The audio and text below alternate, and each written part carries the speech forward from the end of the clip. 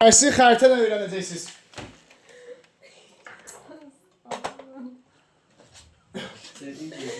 Bəli, səhifə 172-173-də. Ha. Xəritədən öyrənəcəksiniz. Yox, 176-da deyil, daha yaxşı xəritə. Hə. Gördüğünüz bu Konstantinopol ərazisi buradaydı, Bizans imperiyası mövcuduydu orada. Sonra isə Osmanlı dövləti olacaq. Bugün Bizans'ı yaradacaq, orada Osmanlı yaradacaq. Yaratmayacaq, elan edəcək. Səhifə 176-dan toxuldan. İki tərəf Osmanlı işilədir. Necə yerdən saxlayacaqsınız? Fikir verin, burada bir dar boğaz var, uşaqlar. Yox, o boğaz yox. İkisi yasadakı dar boğaz. Bu iki var, 2 ilə 5'in arası görürsünüz. İstanbul'da da bir tərəfi Aralıq dənizidir, bir tərəfi Qara dənizdir. Gördünüz necə hansı boğazdan söhbət edir? İstanbul boğazı.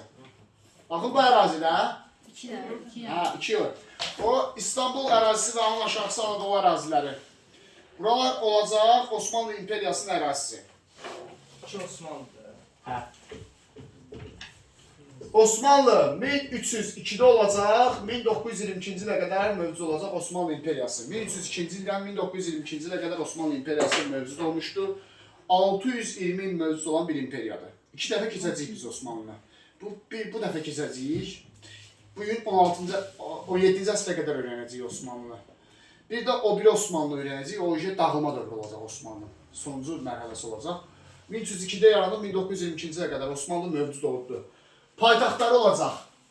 Söğütlü, Bursa, Ədirnə, İstanbul. Osmanlı 4 dənə paytaxtı var. Əvvəlcə bunların adlarını öyrənirsiniz, sonra hamısı illərini öyrənirsiniz. Söğütlü 1302, Bursa 1326, Ədirnə 1362, İstanbul 1453. Deməli, Osmanlı İmperiyası 4 dənə paytaxt oldu. Görəcəksiniz konspektdə hamısı adlarını illərindən yazmışam. 1302-də Söğüt, biraz var. Bursa, Ədirnə, İstanbul hamısı illərini öyrənirsiniz. İndi dövləti yaradacaq Osman Qazi. Osman bəy də deyirlər. 1302-1326. Osmanlı hökümdarlarının hamısının illerinden öyrənməlisiniz uşaqlar. 9'un da ili var mı? Bəli, hamısının ili var, narahat olmayın. Hamısının illerinden öyrənməlisiniz. Çünkü xronologiyada Osmanlı çox düşür. Keçən məsələn Osmanlıdan yenə sual düşmüşdü. Xronologiya sualı düşmüşdü özdə. Osman Qazi Osmanlı dövlətini yaradıb, öz adına yaradıb gördüyünüz kimi. Osman Qazi Osmanlı dövlətinin əsasını qoydu 1302-ci ildə. 1326-cı ilə qədər Osmanlı dövləti mövcud olasıdır. Söğütlü şəhərində yaradıbdır. Konya tərəfdir, Söğütlü. Heç də yaxşı yerlər deyil. Orada belə yaşamalı yer deyil, açıq danışaq. Heç dövlət yaratmaq olmaz. Gedib orada özünə bir dövlət qoyubdur. Nə var, hamı dövləti var, qoy bunda dövlət olsun. 1302'də orada özünə bir dövlət yaradıb, öz adına pul kəsdirib. Öz adına pul kəsdirirsə, bu müstəqil dövlətin hökümdarı deməkdir də. Bursanı mühasirəyə alır, amma tuta bilmir. Bundan sonra hakimiyyətə gələn Orxan Qazi. Bursan fəthi onun dövründədir. 1326-62 Orxan Qazinin hakimiyyət dövrüdür. Bursan tutur, dərhal paytaxtı çevirir 1326-cı ildə. Hakimiyyətə gəlir 1326-da. Osman Qazi'dən sonra. Tutur Bursanı, mühasirəyə alan Osman Qazi idi. Amma fəth edən Bursan fəthi Orxan Qazinin dövründədir. Tutur. Bursa fəth edildi. Hə. Yəni işğal edildi də Osmanlılar, türklər buna işğal yox, fəth deyirlər. Bizim tarixçilərdə onlardan götürdüyü bu pis ənənədir, işğala fəth adlandırmaq. Bunu fəth edir və Bursanı tutan kimi dövlətin paytaxtına çevirir. Başa düşdünüz. Sonra Orxan Qazinin dövründə Osmanlı dövləti daha da möhkəmlənir uşaqlar. Yəni o şeyin dövründəki, Osman bəyin dövründəki dövlət hərbi strateji olaraq Orxan Qazinin dövründə möhkəmlənir. Yəni dövləti yaradan Osman olsa da möhkəmlənmə Orxan Qazinin dövründədir. Məsələn, 1329 Maltepe döyüşü çox məşhur bir döyüşdür uşaqlar. Çox tükən döyüşlərdəndir. Maltepe döyüşü burada Osmanlı deyil, oxçuları Bizans qoşunlarını məğlub etdi. Osmanlı ilk düşməni yadda saxlayarsınız Bizansdır. İlk vaxtlarda Osmanlı Bizansı məğlub edir. Bütün döyüşlərdə torpaqları getdikcə Bizansı almağa başlayır. İşğal etdiyi torpaqları Bizansdan alır. Maltepe döyüşündə 1329-da. Sonra 1354-cü il Gelibolu qalasının fəthi. Gelibolu'nun fəthi. Yəni Gelibolu qalası tutulur, Osmanlı İmperiyasının tərkibinə daxil olur. Gelibolu qalası, bu da çox yeni mühüm strateji yerdə yerləşir. Gelibolu qalası. Elədir ki, bu ərazilər gözü İstanbulun düz çıxışı olan ərazilər tutulur, Osmanlı İmperiyasının tərkibinə daxil olur.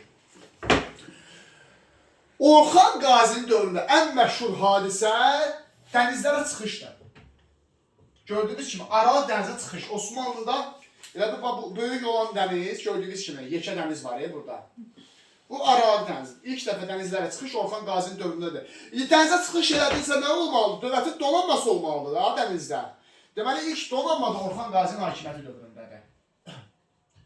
İlk hərbi donanma, bəli, ilk hərbi donanma Orxan Qazinin hakimiyyət dövründə formalaşacaq. Necə? İlk hərbi donanma keçməmişdi. Dünya tarixində. Ümumiyyətlə başlandı. Yox, o boyda dövlətlərin hərbi donanması olub qədim dövrdən. O şey. Osmanlıda ilk hərbi donanma Orxan Qazinin dövründədir. Çünki Osmanlı ilk dəfə dənizlərə çıxış edib Orxan Qazinin hakimiyyət dövründə. Başa düşdünüz? Yəni Osman Qazi yaratdığı dövləti Orxan Qazi daha da möhkəmləndirir. Amma indi bir məsələyə fikir verir. Bunlar hansı titulu daşıyırlar? Qazi titulu. Qazi titulu. Bəzən bəy titulu da daşıyırlar. Osman bəy, Orxan bəy də deyirlər buna. İndi hakimiyyətə gələcək Sultan 1-ci Murad 1362-1389-cu illər. Orxan Qazidən sonra Sultan 1-ci Murad fikir verir inşallah bunda Sultan adına. Bu deməli Osmanlı tarixində ilk sultan olacaq. Osmanlı tarixində ilk dəfə sultan titulu daşıyan Sultan 1-ci Murad olacaq. Deməli Murada qədər 2 nəfər Osman Qazi, Orxan Qazi. Qazi titulu daşıyırlar. Amma Muraddan etibarən ilk dəfə olur Sultan 1-ci Murad. Sultan 1-ci Murad ilk dəfə Murad Sultan titulunu qəbul edir. İlk dəfə Sultan titulunu qəbul edir 1-ci Murad. Və Osmanlı tarixində ilk dəfə Sultan titulu daşımağa başlayır. Bundan sonra dövlət dağılana qədər, 1922-yə qədər hamısı Sultan titulu daşıyasıdır. Dövlətin hökümdarları. Deməli, Muradın dövründə Osmanlı işğallarını böyüdür. Və çox ciddi hərbi uğurlar var. Osmanlıda da belədir, getdikcə güclənirlər. Ərazilərdə genişlənir, hökümdarlar, hər gələn hökümdar əvvəlki hökümdardan daha qüdrətlidir. 2 dənə döyüş olacaq. Gələn kimi 1362-də Ədirnə tutub paytaxtı Ədirnəyə köçürür. Ədirnədə bizi düz İstanbulun çıxışı uşaqlar. Avropa tərəfdir. Başa düşdünüz? Ədirnə tutub paytaxtı Ədirnəyə köçürür. 1362-də. Deməli, ilk 3 dənə hökümdarın hərəsində bir paytaxt var. O formada yadda saxlayırsınız. Söğütlüdə dövləti yaradıb Osman, dövləti Söğütlüdə yaradıb. Bursada dövləti ikinci hökümdar Orxandı, elə Bursanı tutub paytaxtı da ora köçürüb. Ədirnəyə paytaxtı köçürən Sultan 1-ci Muraddır, 1362-ci ildədir. Gəlib paytaxtı Ədirnəyə köçürüb. Başa düşdünüz? 2 dənə döyüş olacaq. 1371 Çirmən döyüşü. Bir də 1389-cu il Kosovo döyüşü. Serbiya ilə Osmanlı arasında çox düşən döyüşlərdir uşaqlar. Çox vacib döyüşdür. Serbiya ilə Osmanlı arasında. Serbiyadakı bax, düz Türkiyənin üstündə Bolqaristan var. Bolqaristan düz üstündə bu 3 var ya o tərəf. Ora olacaq Serbiya. Avropa ölkəsində. İkisində Osmanlı Serbiyalara qalib gəlir. Murad. Fərqi nədir sadəcə? Çirməndə asığa salır. Amma Kosovoda tamamilə Serbiyanı işğal edir. Kosovo döyüşü nəticəsində. Və Kosovo döyüşü nəticəsində Serbiya əraziləri tamamilə Osmanlı tərəfindən işğal olunur. Deməli, və Kosovo döyüşünün sonlarında 1-ci Murad özü də sui-qəsd nəticəsində öldürülür. Başa düşdünüz? 1-ci Murad Kosovo döyüşü nəticəsində sui-qəsd nəticəsində öldürülür Serb kralı tərəfindən. Amma öldürməsinə baxmayaraq Serbiyanın işğalı başa çatdırır. Muradın dövründə olanlar Osmanlı tarixində ilk dəfə Sultan titulunu 1-ci Murad qəbul edib, paytaxtı Ədirnəyə köçürübdür, Ədirnə tutub paytaxtı da ora köçürüb. Çirmən və Kosovo döyüşündə hər ikisində Serbiya qüvvələrini məğlub edib, Serbiyanın işğalını həyata keçirib. İndi Serbiyanı tutdu. Gələk xəritəyə baxaq. Serbiyanın düz aşağısı Osmanlı'la Serbiyanın arasında hansıdır? 5. Bolqarıstan var, xəritədə görəcəksiniz. Sıra Bolqarıstan tutmaqda, Bizansa doğru gəlirlər. Bizansı tutmağa doğru. Anadolu onsuz da bunlarında, Orxan Qazinin dövründə Anadolu tutulub. 2 var, o tərəflər onsuz da bunlarında. Serbiyanı tutdular, 3'ü tutdular, indi gəlib Bolqarıstan tutmağa, Bizansı mühasirəyə alsın deyə. Amma Edil Murad ölüb Kosova döyüşündə. Yerinə gəlib Sultan 1. İldirim Bəyazid. 1389-1402, bu da Muradın oğludur da, qüdrətli hökmdardır bu da. Bu gəlir Bolqarıstan tutur. 1396 Niq-Bolu döyüşü. Bolqarıstan işğalı. Bolqarıstan. Düz Osmanlı'nın üstü, Türkiyənin üstündədir xəritədə uşaqlar. Görəcəksiniz. O İstanbul'un üstü Bolqarıstan tutulsa, deməli sən Bizansın yanına çıxmısan da, Bizansın mühasirəyə alırsan. Niq-Bol döyüşündə qalib gəlir 1. Bəyazid və Bolqarıstanı işğal edir. Yadda saxlayın, Niq-Bolda Bol var, Bolqarıstanda Bol var. Bol döyüşündə Bolqarıstan işğal edir. Niq-Bol, Bol. Bolqarıstan Niq-Bolda işğal edir. Bilirsiniz nətər? 1396-cı Niq-Bol döyüşü nəticəsində Bolqarıstan işğal edir və Konstantinopol mühasirəyə alınır. Konstantinopolun mühasirəsi. Konstantinopol hansı dövlətin paytaxtıdır? Bizansın paytaxtıdır. Anadolu bunlardadır. Avropanın Balkan yarımadası dediğimiz hissə bunlardadır. Bizansın mühasirəyə alırlar o kiçik bir Konstantinopolu. Bu dövrdə də Bizans zəifləmişdir uşaqlar. 395-dən bəri mövcuddur yadınızdadırsa Bizans. Artıq qocaman bir imperiya idi, dağılmaq üzrə idi. İqtisadi böhran yaşanırdı Bizansda. Düşünün ki, Bizans imperatoru öz hərbçilərini pulla təmin edə bilmirdi. Yəni, o qədər Bizansda bir böhranlı vəziyyət var idi, zəifləmişdi Bizans. Bizansın tutulması belə çox xırda bir məsələ idi. Deməli, Bəyazid Konstantinopolu mühasirəyə alır. Konstantinopol tutasıydı, prosto biraz vaxt lazım idi. İstərsəməz orada biraz müqavimət olur. Amma Konstantinopolun tutulmasına hazırlaşırdı ki, birdən-birə Əmir Teymur Ankara'ya hücum etdi. Anadolu ərazisində bu tərəfə hücum elədi, Anadolu da. Və 1402-ci ildə Ankara döyüşü baş tutacaq, məşhur bir döyüşdür. Teymurla Osmanlı arasında. Yəni, 1. Bəyazid əslində Bolqarıstan işğalından sonra İstanbul'u tutasıydı. Prosto Teymur qəflətən Anadolu'ya hücum edir. Teymur da bilirsiniz ki, dünya fatihidir, dünya tarixinin gəlmiş keçmiş ən qüdrətli hökmdarlarından biridir. Əmir Teymur, dünya fatihi deyirlər. Teymura dövlətin banisi. Bu da qoşunlarını yığır, göndərir Anadolu'ya, Teymurun üstünə. Bəyazid. Teymurun üstünə göndərir ki, gedim Teymurla döyüşüm, Konstantinopolun mühasirəsi yaddan çıxar. Çox məşhur döyüşdür Ankara döyüşü, Türk-Müsəlman dünyasında əhəmiyyətli bir döyüşdür. Çünki Teymuri türkdür, Osmanlı türkdür, hər ikisi də müsəlmandır. Teymurlər də müsəlmandır, Osmanlı da müsəlmandır, hər ikisi türk-müsəlman dövlətləridir. Ankara döyüşü nəticəsində Osmanlı qalib gəlir. Yox, Teymurlər qalib gəlir. Teymur həmişə qalib gəlir də, dünya fatihidir, bütün döyüşlərdə qalib gəlir və Osmanlı zəifləyəcək bundan sonra. O bir demək Konstantinopol mühasirəsi yaddan çıxdı. Bizans xilas olur. Hətta belə bir söz var ki, Teymur Bizansı xilas elədi, istəmədən də olsa. Çünki Bəyazid tutasıydı Konstantinopolu, amma Teymur gəldi, Osmanlı zəiflətdi. Bəyazid əsir düşür Teymura. İkisi də qüdrətli hökmdardır da. O dövr Teymurla Osmanlı'da şərqin ən güclü dövlətləridir. İndi Əmir Teymur uşaqlar Topaldır. Bilməm, eşitmişsiniz yerə, ona Topal Teymur da deyirlər. Bəzən Teymurdan ki deyirlər. Hə. Onun sol ayağı işləmirdi, sol ayağından xəsarət almışdı. Hələ gənclik dövründə yeriyə bilmirdi. Bəyazidində bir gözü kör idi, sol gözü görmürdü. Sol ayağıydı. Bəyazid, yox, Teymurun belinə görə sol ayağı, Bəyazidində sol gözü görmürdü, kör idi. Yaxşı gördü, ümumiyyətlə görmürdü sol gözü. Orada Teymur Bəyazidi ələ keçirir, deyir ki, gör dünya nə günə düşüb ki, bir topandan bir körün əlində qalıbdır. İkimiz dünyanı fəthləyirik, birimizin gözü yoxdur, birimizin ayağı yoxdur. Bəyazid əsir düşür, it kimi baxır Bəyaziddən, çox pis baxır Teymur. Onu alçatmaq məqsədindən. Və əsirlikdə dünyasını dəyişir, 1. İldirim Bəyazid. Bir neçə ay sonra da ölür. Bəyazidin ölməsindən sonra Osmanlı zəifləyir. Uzun bir müddət Osmanlı zəifləmə dövrünə daxil olur. Hətta Osmanlı qısa bir müddətli parçalanır. Teymur Osmanlını Bəyazidin övladları arasında parçalayır. 4 övlad arasında səhv etmirəmsə. ki Osmanlı təzədən güclənə bilməsin. Yəni Bəyazitdən sonra, 1-ci İldırım Bəyazitdən sonra Osmanlı bir müddət tənəzzül dövrü yaşayır. Qısa bir müddətli. Qısa bir müddətli deyəndə bir 20-25 illik tənəzzül dövrü yaşayır. Teymur da ölür, sonra Teymur öləndən sonra Teymurlar zəifləyir, Osmanlı yenə yavaş-yavaş öz gücünü bərpa etməyə başlayır. Birbaşa keçirir 2-ci Mehmetə. 50 il o yana keçdik. 1451-1481.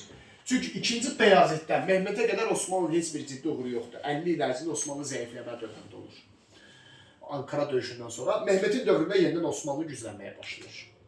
Öz gücünü bərpa edir, artıq Teymurlər də zəifləmişdi, şərqdə bir güclü dövlət yox idi və Mehmet başlayır yenə Osmanlı işğallarına davam edir. Mehmeti Fatih ləqəbli adlandırırlar. Fatih ləqəbli Mehmet, Fatih Sultan Mehmet deyirlər. Fatih nədir? Yəni fəth eləmək, tutmaq. Ən vacib fəthlər Mehmetin dövründədir, ona görə. 1453 Konstantinopolun fəthi baş verir. Konstantinopolun fəthi baş verir. Tutur, adını dəyişir, İstanbul qoyur, Bizans imperiyasına son qoyur. Deməli, Bəyazıt tutasıydı, şansı gətirmədi. Teymura görə tutanmadı. Amma Mehmet gedir Konstantinopolu tutur, Bizans imperiyasını süquta uğradır. Bizans daxil ki dağılır. Özü də ən çətin yerdən hücum eləmişdi Mehmet. Bizansda, dənizdən hücum eləmişdi. Amma geri tutur. Tutur, Konstantinopolu fəth edir, ələ keçirir və Bizans imperiyasına son qoyur və adını dəyişir, İstanbul qoyur. Osmanlı dövlətinin paytaxtı elan edir. İstanbulda bilirsiniz ki, mühüm strateji məntəqədir, böyük gəlir yeridir. Sonra 1461 Trabzonun fəthi var. Bu da mühüm yerdir. Baxın, Trabzon uşaqlar. Bu yuxarı tərəfdə Qaradəniz sahilləridir. Qaradənizdə çox mühüm ticarət məntəqəsidir Trabzon. Bu da böyük uğurdur 2-ci Mehmetin dövründə. Bax, Konstantinopolun fəthidir, Trabzon fəthidir, Mehmetin ən böyük uğurlarıdır. Bu böyük uğurlarına görə Mehmeti Fatih ləqəbli Sultan Mehmet adlandırırlar. Bir də Mehmetin dövründə qanunnamə var. Qanunnamə qəbul olunur. Nədir bu qanunnamə? Qanunnamələr adətən vergi haqqındadır. Biz bunu demişik. Osmanlı tarixində ilk qanunnamə qəbul edən hökmdar Fatih Sultan Mehmet olur. Bir də burada bir məsələ var. Dini azadlıq verir. Biraz da bu Moğollara bənzəyir. Çünki Osmanlı böyük bir imperiyadır. Avropada var bir tərəfdə. Asiya ölkələridir, düzdürmü? Və Osmanlı ərazisində Yahudilər yaşayır, Xristiyanlar yaşayır, Müsəlmanlar yaşayır, hətta Budistlər də yaşayır az sayılı. Mehmet həqiqətən çox savadlı biri idi. Düşünün ki, adam 5 dil bilirdi. İtalyan dilini sərbəst bilirdi, fransız dilini bilirdi yüksək səviyyədə. Yəni, bir çox dilləri bilirdi. Sarayında bu çoxlu şeyə baxırdı. Yazıçılar var idi bu sarayında, elm adamları var idi. Yəni, elm adamlarına, mədəniyyətə xüsusi diqqət ayırdı, xüsusi qayğı göstərirdi. Fatih Sultan II Mehmet. Bu baxımdan, yəni, müsbət bir hökmdar kimi xarakterize olunur tarixdə. Və bu dövrü Osmanlı mədəniyyətinin də biraz çəkləməyə başladığı bir dövrdür. Bu, biraz humanist adam olub, dini azadlıq verib həm də hamıya. Qanunnaməsində belə bir cümlə var. Dini icmalara azadlıq verir, yəni qalağa qoymur. Kim hansı diniyə istəyib ibadət edə bilər. Mən heç kəsi məcbur müsəlman eləmir. Fatih Sultan Mehmetin ölümündən sonra Osmanlıda hakimiyyətə gələcək 2-ci İldırım Bəyazit.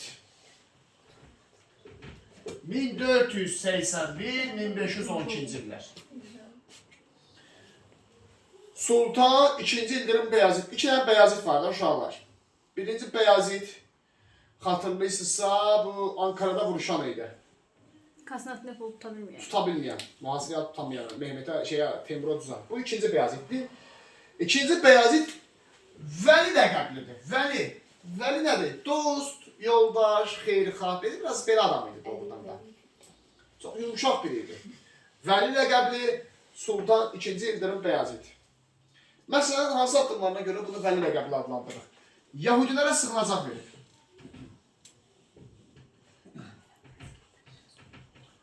Yahudilərə sığınacaq verib 2-ci Bəyazit. 2-ci Bəyazit Yahudilərə sığınacaq veribdir. Bu addımı görürsünüz, xeyirxah bir addımdır, xeyriyyətçi addımdır. O dövrdə də uşaqlar, Yahudilər Avropa arasında haqsızlığa məruz qalırdılar, ayrı seçkiliyə məruz qalırdılar. Ayrı seçkiliyə məruz qalırdılar. Ona görə 2-ci Bəyazit Yahudilərə sıxılacaq vermişdi, Osmanlı arasında onları yerləşdirmişdi. Ona görə onun Vəli ləqəbini adlandırırdılar, dost yoldaş ləqəbi. Biraz şeyə bənzəyir, Şəmsəddin el tutmuşa bənzəyir Moğollardakı. Təkcə bu addımdan görə yox. Səbəbilərlə dost olub. Uşaqlar, səbəblər bilirsiniz də bizim dövlətdir. Səbəbi dövləti bizim dövlətdir. Səbəblərlə dostluq əlaqəsi qurub. Misir Məmlük dövləti var uşaqlar. Misir Məmlük Sultanlığı. Misirdə Məmlük Sultanlığı adlı bir dövlət olub. Onlarla dostluq əlaqəsi qurub. Onların dostluq əlaqəsi qurub Misir Məmlük Sultanlığına. Görün hamıya yaxşı əlaqələr saxlayıb qonşularınla. Yahudilərə sıxılacaq verib, səbəblərlə dost olub, Misir Məmlük dövlətindən dost olub. Bax bu cür xeyriyyatçı addımlarına görə, hamıyla dost olduğuna görə, yoldaşlıq əlaqələri qurduğuna görə İkinci Beyaziti, Vəli ləqəbli İkinci Beyazit adlandırırdılar. Cəmi bir dənə müharibəsi var Venesiya ilə. Venesiya ilə müharibə. Kim deyər? Venesiya hardadır? İtaliyada. Venesiya İtaliyadadır. Bugün şeyə oxşayan da, ayaqqabı oxşayan. Cənubunda. Venesiyadakı uşaqlar. Venesiyadakı Aralıq dənizində güclü dövlətdir Orta Əsrlər dövründə. Düşünün ki, Aralıq dənizinin ən qüdrətli dövlətlərdən biridir. Osmanlının rəqibidir. Bura. Venesiya. Və Venesiyanın məğlubiyyətə uğradı Sultan II. İldırım Bəyazit. II. İldırım Bəyazit Venesiyanın məğlubiyyətə uğradı. Bu da böyük bir uğurudur. Yəni lazım gəldən müharibə də aparıb, ehtiyac yaranır. Bir dənə Venesiyanın müharibəsi var. Qalan hamıyla dostluq əlaqəsi qurub yaxşı münasibətlər saxlayıb. Buna görə də onu Vəli ləqəbli II. İldırım Bəyazit adlandırırlar. Başa düşdünüz? Saat neçədir? Çatdıra biləcəkmi? 3 dəqiqə.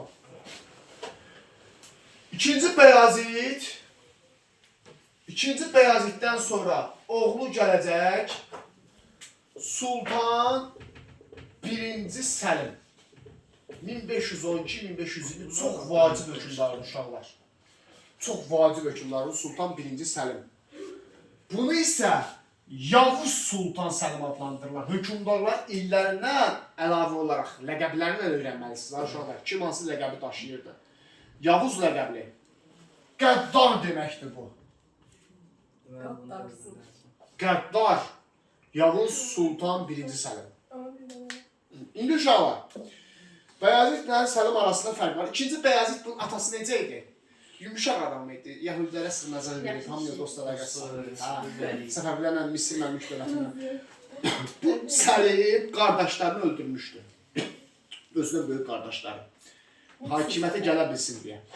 Axırda da atası ikinci Bəyaziti təhdid edir ki, hakimiyyətin əl çək. Mənə ata qatil eləmə. Ata. İkinci Bəyazit bunun qorxusuna taxtdan əl çəkir, öz oğlunun xeyrinə. 1512-ci ildə birinci Səlim taxtdan çıxar. 1512-20-ci ildə. Bax, belə yadda saxlayacaqsınız. Səlim Bəyazitin tam tərsidir. Atası olsa da, onun oğlu olsa da Səlim Bəyazitin. Hə? Tam tərsidir. İkinci Bəyazit kimlə dostluq əlaqəsi saxlayıbsa, Səlim onların hamısına müharibə aparıb. Məsələn, 1514-də Səfəvilərlə müharibə aparıb, saldıran döyüşündə Səfəviləri məğlub edir. Amma Bəyazit Səfəvilərlə dost olmuşdu. Səlim ondan müharibə apardı. 1517-ci ildə Misri işğal edir. İkinci İldırım Bəyazit. Misrin işğalı başdır. Orada bir sülalə var, Məmlük sülaləsi. Kim deyər, Məmlük sülaləsi başqa hansı dövlətdə var idi? Dehlidə. Deməli, Misirdə də olub Məmlüklər. Dehlidə də olub, Moğolda da olub. Misirdə? Bəli. Və Misirdəki həmin Məmlük sülaləsinə birinci Səlim son qoyur. Birinci Səlim son qoyur və Misri tamamilə işğal edir 1517-ci ildə. Və oradakı Məmlük sülaləsinə son qoyaraq xəlifə titulunu götürür. Xəlifə nə deməkdir? İslam dünyasının rəhbəri, müsəlmanların rəhbəri. Məsələn, Roma papası kimdir? Xristiyanların rəhbəridir də. Xristiyan dünyasına rəhbərlik edən şəxs Roma papasıdır. Xəlifə isə müsəlmanlara rəhbərlik edən şəxsdir. Bu anlayış ərəblər dövründən var da. İndi sultan olmaqla qalır. O heç. Sultan titulu daşıyırlar, Muraddan üzü bəri. Amma həm də xəlifə titulu daşımağa başlayırlar artıq. Başa düşdünüz? Sizə bir şey deyil. Sən nə qədər qüdrətli hökmdar olsa da, Osmanlının ən böyük səhvi bu idəsində. Sənin olmalı. Yox. Osmanlının xəlifə tituldaşıması. Çünki Osmanlı teokratik dövləti çevrilir uşaqlar. Şey qəlbət tutduğuna görə. Teokratik dövlət nədir? Dinlə. Dini dövlət. Yəni dini qanunlarla idarə olunur. Bəli, Şumerlərdə də var teokratik. Hə, bax bu il özündə də məsələn çox müzakirə olunur. Osmanlı dövləti niyə zəifləyib, niyə tənəzzül edib? Məsələn, bəzi şəxslər var ki, hal-hazırda deyirlər ki, bəs Avropa ölkələri Osmanlı bilə-bilə parçaladı, güya islahat keçirirdilər, imkan vermədi. Bəziləri Osmanlının zəifləməsini müəyyən hökmdarların bacarıqsızlığına əlaqələndirirlər, amma heç birindən deyil. Osmanlının dini dövlətə çevrilməsi ilə böyük səhvi. Çünki Səlim dinlə dövləti neyir? Bir-birinə qatışdırır. Siyasətlə din bir yerə gəlməməlidir. Bunlar bir yerə gəldisə, orada o insanların belini qırasıdırlar. Çünki siyasət ayrı olmalıdır, din ayrı olmalıdır. Bunlar bir yerdə olası bir şey deyil. Çünki siyasət iyrənc bir şeydir. Öz çirkablığı dolu bir şeydir. Onu dinə qatmamalıdır. Bax, Səlimin yanlışlığı budur. Teokratik dövlətə çevirir Osmanlı. Səlimə qədər Osmanlı daha çox türk dövlətidir. Bir dünyəvi dövlət idi. Mehmetin dövründə necə hamıya dini azadlıq verilmişdi. Ölkədə saraylarda şairlərə, yazıçılara, mühüm tarixi şəxsiyyətlərə imkan yaradılırdı. Amma Səlimdən sonra əksinə bir teokratik dövlət olur və Osmanlı daha çox ərəbləşməyə başlayır Səlimdən sonra. Amma yenə qüdrətli hökmdar kimi yadda qalıb Səlim. Həm də bu Yavuz ləqəblə adlandırırlar, çünki çox qəddar hökmdar idi, insanlara qarşı da qəddarlıq edib. Səlim iri şiəyə qarşı qırğın keçiribdi. Şiələrə qarşı. Necə Şah İsmail necə sünnilərə qarşı qırğın edirsə, bu yaxşı bir şey də səhv edirdi. Onu etiraf eləməliyik. Amma eyni şey Səlim də edirdi. O da ki, Anadoluda yaşayan şiələrə qarşı qırğın edirdi. Ələvilərə qarşı lap ciddi qırğınlar keçirirdi. Sünni ilə şiə nə demək? İslamın təriqətləridir. Mən sizə demə işlə. Sadəcə İslamın parçalanmasıdır. Bunu əllərində bayraq tutub bir-birinə qarşı qırğın edirdilər. Ki, bu qədər məlumatım yoxdur ya, bu qədər. Necə? Deyir sual Allah'a arzuların fərqinə. Yəni deyir, məqsəd Allah'ın fərqinə. Səlim kimlər idi? Bu ailəsizliyi həyata keçirənlər. Ona görə bunu Yavuz ləqəblə adlandırırlar. Qəddar ləqəb. Atasının tərsidir. Senin güzəlliyin. Atası 2-ci Bəyazid idi, Vəli ləqəbli idi. Səlimdən sonra gəlir Sultan Süleyman. O məşhur Süleyman budur. 1520-1566. 46 il hakimiyyətdə qalıb, canı bərk idi. Sultan Süleyman. Həm də gənc yaşda çıxıb yarım əsrə yaxın hakimiyyətdə qalıb da Sultan Süleyman. Məncə bu neçə yaşına gəlir? Ölməyə fikri yoxdur. Uşaq idi, 15-16-14 yaş. Abi o 60 yaşına Yaşında tarix. Bunu tərtib Möhtəşəm 100 illik olacaq bu dövr uşaqlar. Aha. Bəli, filmi də var. Möhtəşəm yüzyıl. Osmanlı tarixinin zirvə dövrü Süleyman dövrü. Möhtəşəm Hələ yüzü. zirvəyə indi çıxdılar ha bunlar. Çox sonya aiddir. Ha. Buna aiddir. Bu ne evde Teymur'a aittir. Sen çıkar Teymur'a. Ha. Deməli Osmanlı zirvə dövrü Süleyman dövrüdür. Ona görə möhtəşəm 100 illik adlandırdıqları dövr Sultan Süleyman dövrünə düşür. Orada ortaya sual çıxır, niyə Süleyman dövrü zirvə dövrüdür? Çünki Mehmet İstanbul'u tutub. Daha mühüm yerdir. Trabzon tutub. Ya Səlim özü də nə qədər başqaran olsa da Səlim doğrudan başqara bilir Səlim. Amma qüdrətli hökmlar olub da. Yəni Misri işğal edib. O boyda Misir məmlüklərinə son qoyub. Səfərlərə qalib gəlib. Diyarbəkiri falan tutubdu Səlim. Niyə zirvə dövrü Süleymandır? Çünki Süleyman uşaqlar. Gəl bir məsələyə baxaq. Mehmet Bizansı tutub. Amma düzdür, uğurdur. Amma Bizans onsuz da tutmasıydı. Yəni ona qalsa Bəyazid də tutasıydı Bizans, birinci Bəyazid şansı gətirməmişdi. Bizans dağılma dövründə idi. Ya Səlimin tutduğu yerlərə baxaq. Misir Afrikada. Afrikada onsuz düzəməlli bir dövlət yox idi. Yəni. Feodal dağınıqlığı dövrü idi. Anadolu əraziləri tutmuşlar, feodal dağınıqlığı dövrü idi. Amma Süleyman Avropanın qüdrətli dövründə Avropa ölkələrini məğlub eləmişdi. Avropanın içərilərinə doğru irəliyib. İçərisi.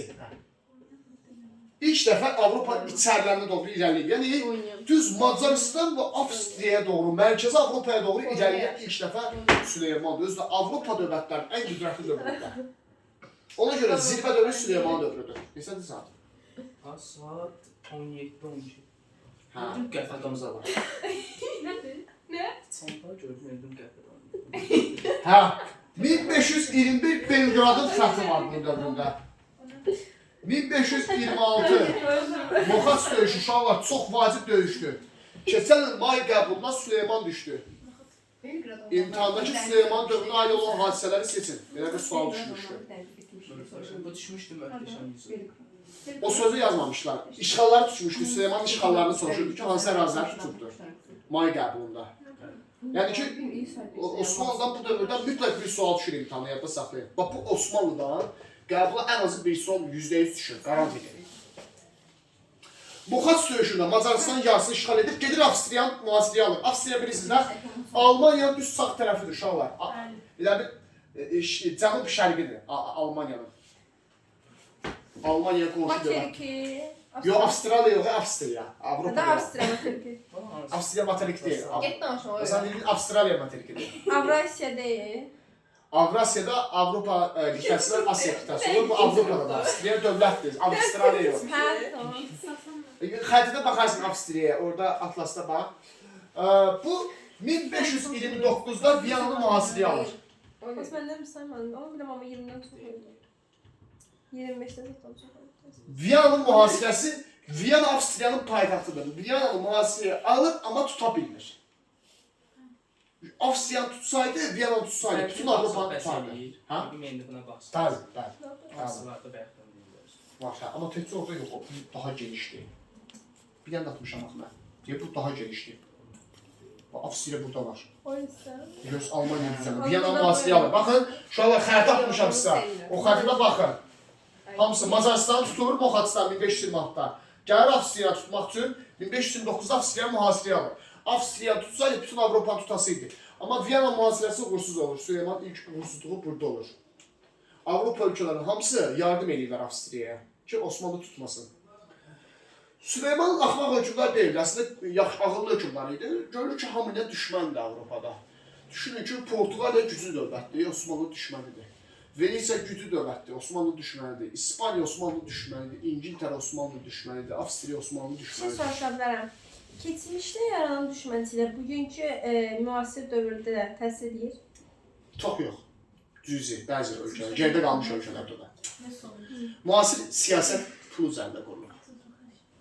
Yəni demək istədim, Bütün dövlətlər Portuqaliya daha çox- keçmişdə düşməndi. İndi demək elədirmi? Portuqaliya hal-hazırda dünyanın 10 ən sakit və sülhsevər ölkələrindən biri sayılır. Dünya statistikasına görə. Nəysə, Avropada dostluq hansı ölkə olur? 1535 Fransa ilə ittifaq qurur. Sütten diyemem. Süt diyor. Ben süt değil. Malsın, Aysun. Fransa ilə ittifaq. Deməli Osmanlı hamı ilə düşmən olsa da yeganə müttəfiqi Fransa idi. Fransa ilə ittifaq. Hayır değil Fransa. Müttəfiq olubdu. Çünki Tamam bizim tariximiz. bir yana Avropada Osmanlı dostu Fransa olub, qalan hamı ilə düşmən olub. Yaxşımı? Hətta Fransa Korsika adasını işğal edib. Bilirsiniz də düz Fransanın aşağısında cənubunda ada var, Korsika adası. Bəli. Osmanlı həmin vaxtı Korsika adasını tutanda Fransaya kömək eləmişdi. Nasıl ya öyleyim diye. Başa düşdünüz? Nə var? Bir də bir qala var, adı belədir, Zigetvar qalası. 1566-cı ildə Süleyman Zigetvar qalasını tutubdu, əli keçirib dağıdıbdı. Zigetvar qalası geri qaydında ölübdü. 1566-da. Bu səbəb etmirəmsə 8-ci hökmdar oldu biz danışdığımız. Çok istediği, zardım tutun. Süleyman nə qədər xarici siyasətində uğurlu olsa da, şəxsi həyatında da bir o qədər ciddi səhvlərə də yol vermişdi. Məsələn, öz övladlarının 4 dənəsi ya 5 dənəsini öldürmüşdü Süleyman. Zumkasını ver. Öz övladını öldürmüşdü, edam eləmişdi. Bunun axırıncı övladı 2-ci Səlim olub uşaqlar.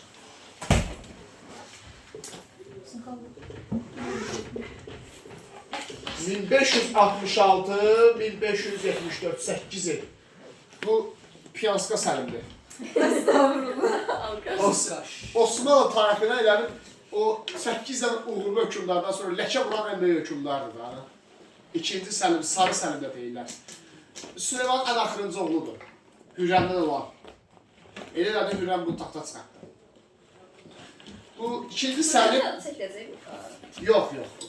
O Türkçədə çəkildi. İkinci Səlim düşünün ki, döyüşlər özü getmirdi. Ordunun yolunu idi ki, gedin döyüşün alın. Amma Səlimə qədər elə deyiliz. İkinci Səlimə qədər bütün hökmdarlar özləri gedib şəxsən döyüşürdülər. İkinci Səlim nə qədər zəif hökmdar olsa da bəzi uğurlar olubdur yenə bunun dövründə. Məsələn, 1569-cu il İndoneziya asılı hala salınıb. İndoneziya bilirsiniz haradır?